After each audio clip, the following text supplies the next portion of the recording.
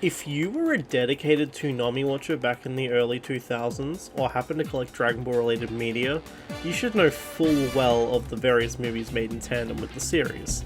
The first three movies were a highlight as they at the time were dubbed by Ocean Group, the same people that would dub the first 57 episodes of the show for the English audience. It wouldn't be until we got the legendary Funimation dub that we would see more movies getting the same treatment with a fresh coat of paint the series was receiving at the time. A few movies in particular stood out for their questionable choice in the soundtrack, and because of such became the gateway drug that would introduce a lot of people to the rock and metal genre, especially the new metal scene, where artists like the recently formed band at the time Slipknot, veterans of the scene Korn, and Disturbed if you count its early days, were steadily gaining traction and influence.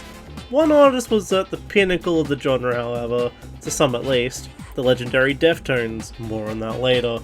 A few movies in this series are infamous, or famous depending on how you look at it, for their English dub scores of the soundtrack, using many licensed new metal songs from prevalent and smaller artists at the time. These movies are of course Lord Slug, Cool's Revenge, Broly, and the two TV specials for Bardock and Trunks. We're going to be looking about Cool specifically, as this has an interesting history that not many people outside of Toonami faithful would know about. Before I go any further, I need to give you a brief history on this movie's release in particular. Cool's Revenge in the West was originally a direct-to-home media release, hitting shelves on January 22nd, 2002. The movie would later be remastered alongside the return of Cooler in a 16:9 aspect ratio on DVD and Blu-ray formats at the near end of 2008. Cool's Revenge was initially broadcasted on Toonami as part of the month-long DBZ Movies event in September of 2003, specifically broadcasting on the 19th, over 1 year after its initial release to VHS and DVD. This would be some people's first exposure to the movie. Present on all home media releases of the movie, including the original release, is the English dub soundtrack featuring Deftones and other artists, complete in all of its new metal glory. The broadcast version of the movie is mostly the same, except for two tracks that seem to be replaced. In the movie, the scene that depicts Goku transforming into a Super Saiyan had Deftones' Change in the House of Flies playing in the background. A lot of people would debate you on whether the song choice was right or not. Depending on who you debate, people might agree or they might not. And to those who don't, what if I told you the song you are listening to right now was used instead for the broadcast version of the film?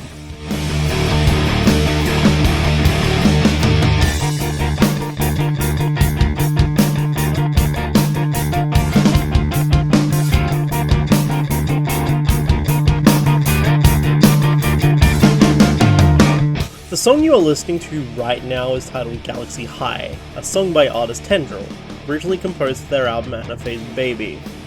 You might know about Tendril for their presence in the first Broly movie, and for also playing a role in the broadcast version soundtrack for Lord Slug, which I referred to before. Unfortunately, after playing their hand in the first Broly soundtrack, the band would fall from the general public's knowledge, if it even had such an influence in the first place.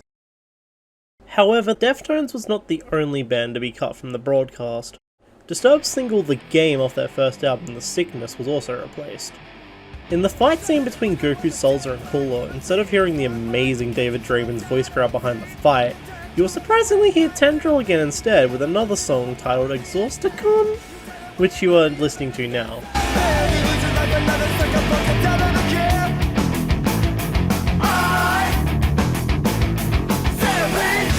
As of the writing and making of this video, everything I have told you is something I cannot seem to find documented anywhere. Everywhere that has a heavy presence online for archiving history and information on the series, such as the Wikipedia page on the film, the Dragon Ball fandom wiki, even official media, all have no evidence of such music having been played. It's ironic to the point that the same situation happened with Lord Slug, yet has all of its information documented on the similar situation on the fandom wiki. Such could be considered a Mandela effect to some people who watched this broadcast version first. In relation to the artist, Tendril at least was an alternative group, featuring musicians Dwayne Deering, Darren Paul, Richie DeMeglio, and Tony Wan. The band was formed in Dallas, Texas in late 1995. Outside of what I've told you, I cannot seem to find much more information. A lot about Tendril is unknown to time, and any research required scouring search results among other artists with a similar or same name. I managed to at least find out through deep research that Tendril was knowingly active up until around 2014, thanks to two videos uploaded on Dwayne's YouTube channel compiling clips of their years together.